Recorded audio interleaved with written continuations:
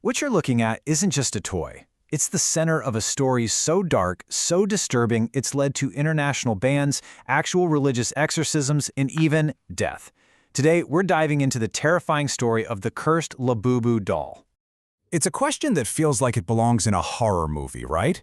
But for some people, it has become an absolutely terrifying reality. I mean, think about it. Take a look at the collection on your own shelf. Could one of them be watching you back? So, first, you have to understand something. The Labubu doll isn't just some random toy. It's a full-blown viral sensation, a worldwide phenomenon. People hunt for these things, especially the limited editions. They unbox them for millions of viewers online. They display them with pride. It's a true object of desire. But underneath that shiny global obsession, a much darker story is being told. Whispers that have turned into screams online. Rumors that these cute, innocent-looking plastic figures are actually vessels for something ancient, something truly evil.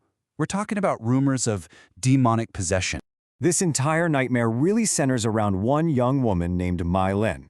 Her love for one very, very special doll would, as the story goes, cost her everything.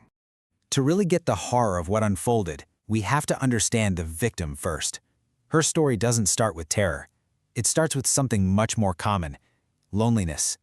You see, Meilin was this sweet, hard-working girl who'd moved from her tiny village to the massive, overwhelming city of Shanghai.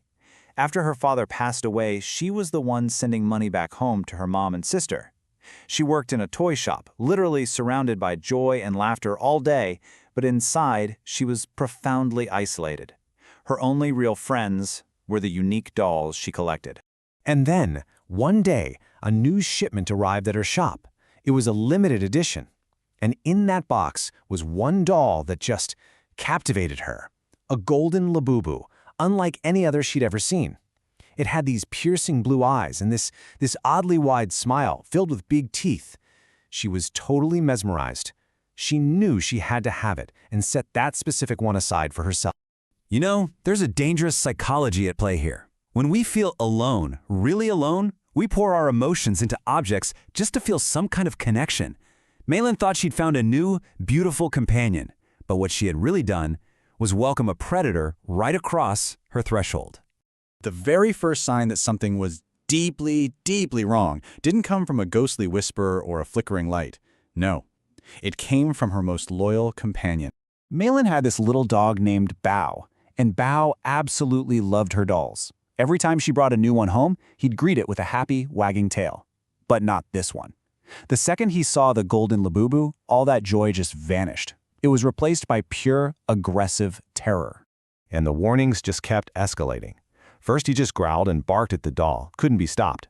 Then that night, Bao, who always slept by her side, fled the bedroom and refused to come back in. The next morning, when she tried to leave for work, he literally grabbed onto her jeans with his teeth, trying to physically stop her from leaving him alone with that thing. She just brushed him off. The moment Meilin locked that door, leaving poor Bao alone with the doll, her life began to completely unravel. The entity's influence was no longer passive. It was taking control. The curse took hold with just terrifying speed. On day one, Meilin, a person known for being so sweet, was suddenly filled with this uncontrollable rage. She screamed at a customer and was fired on the spot.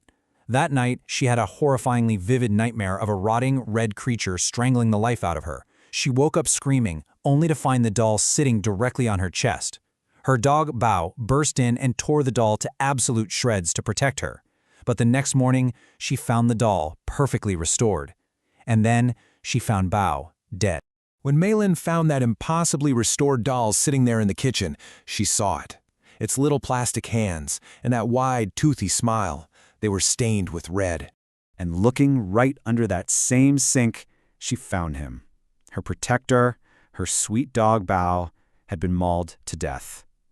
The connection was undeniable. It was sickening. She finally understood. She was dealing with something truly malevolent.